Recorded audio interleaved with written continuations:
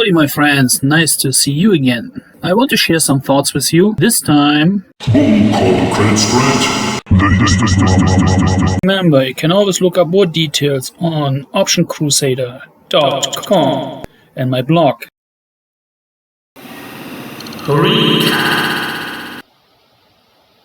And that's what I mean. 1.1% up, 68% or 0.68% down. So that's the average, the mean average.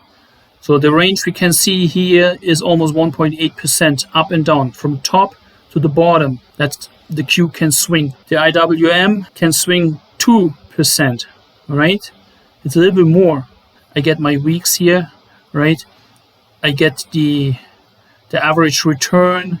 I put this number then in here and this number in here, and all of this here plus the rest of my sheet will be all calculated automatically. So let's continue. Okay, here we want to run another point of view regarding the IWM and the Qs. All right, this is called a histogram. I also derive it from the 5-year data collection from Yahoo. Do my deviation calculations and all this. I create out of the deviations, I use them as intervals and set points. I create a histogram which shows me which or how many data points are in the data set that fulfill the conditions of the first standard deviation and so on.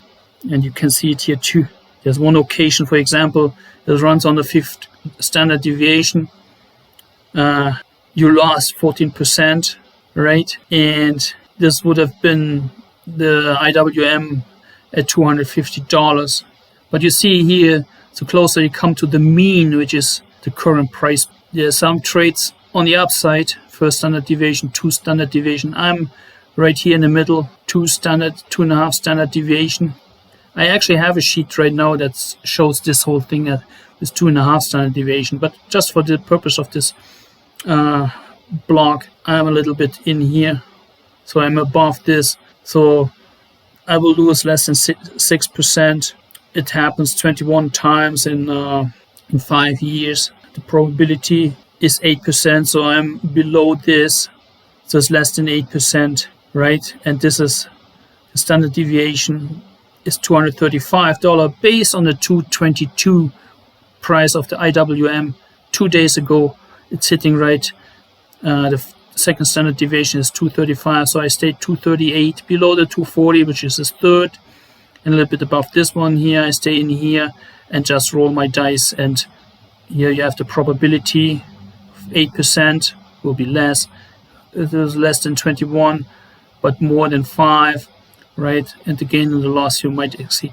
So, but what I want to point out on this weekly distribution range here is this towers of truth, as I call them. This here looks like a twin tower. This one is chopped down halfway. So, no comparison to 9/11. I hope you all remember it forever. But anyways, these 2 towers here show you that the Qs more likely are to the upside and lesser to the downside, as I said before, right? So here you can see it visually. It's pretty cool. So you have your gains and losses. You see the losses are 2%, the gains are 3%. I have the same percent of gains, 3%, but the losses are 3% too, right? But you have fewer occasions than here, but they're pretty similar compared to this one here, right?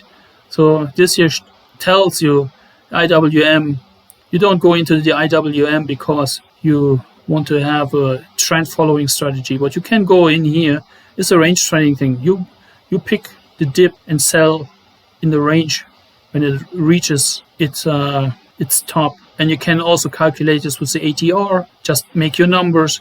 You know that 90% of all trades will end up on or before the following number. And that's where you get out. Doesn't matter if it still goes up $20.